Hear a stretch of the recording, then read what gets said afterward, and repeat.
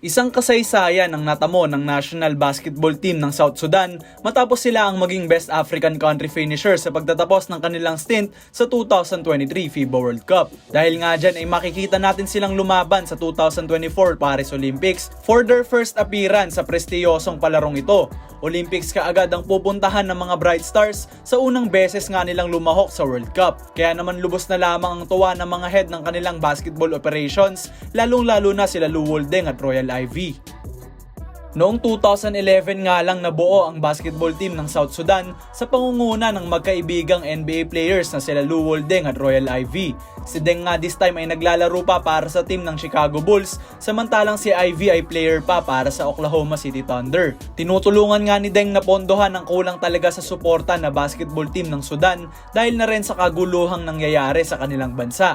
Nag-hold si Deng ng mga training camp sa mga batang gustong matuto ng basketball sa Sudan at pinopondohan niya nga rin ang national team nila na pasimula pa lamang ang programa that time. Sa una nga nilang laban ay tinalo ang Bright Stars ng Ugandan Basketball Club na Power noong July 13, 2011 sa score na 86-84. Talo at mapait man ang unang laban na kinalokohan ng South Sudan ay naging bright ang future ng basketball team na ito. At may ilaw silang pangahawakan despite sa gera na nararanasan nila sa kanilang bansa sa pamamagitan nga yan ng paglalaro ng basketball.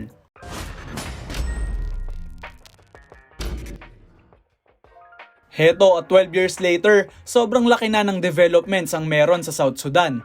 They have NBA talents in Carlik Jones and Wenyen Gabriel at napakarami nilang quality players na mga naglalaro sa Europe at Australia.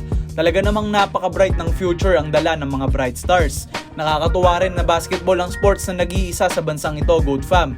May mga picture pa nga online na may mga libreng panooran ng basketball sa South Sudan para masuportahan ang kanilang national team. Talaga namang ito ang nagbubuklod sa kanilang bansa at talagang may inspire lalo ang mga players na mas pag-igihin pa ang performance nila sa paparating na 2024 Summer Olympics. Iba nga talaga ang nagagawa ng tamang sistema, tamang personnel at coaches, iisang hangarin na mag-improve pa ang basketball sa kanilang bansa at ang kawalan ng pamumulitika. This World Cup nga ay 3-2 ang naging win-loss record ng South Sudan. Tinalo lamang sila ng mas malakas na team ng Serbia at Puerto Rico naman sa isang overtime loss. Samantalang tinalo nila ang mga team ng Angola, China at syempre ang Gilas Pilipinas. Ayun lang, Goat Fam. I am rooting sa South Sudan sa Olympics dahil na rin sa napakaganda nilang underdog story. From the ashes of war, pagpapractice sa mga outdoor courts na meron pa nga daw mga lumilipad na agila sa kalangitan, hanggang sa pagtungtong nila sa pinaka-prestiyosong paligsahan sa larangan ng sports sa buong mundo. Tiyak nakaabang-abang ang South Sudan next year and we hope na mas magandang performances pa ang ipakita nila sa atin. Good luck! Have fun out there at i-prove nila na may ibubuga rin ang mga Sudanese pagdating sa highest stage of basketball. Maraming salamat sa panonood, Goat Fam. I hope you all enjoyed. And as always, I will be back.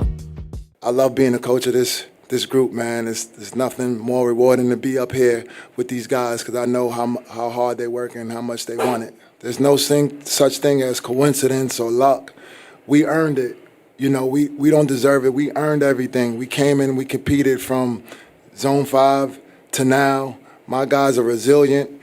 They know how to work. They push forward. They fought day in, day out. And we got here because of the hard work, the sweat equity that we put in every day. And now we're reaping the rewards. So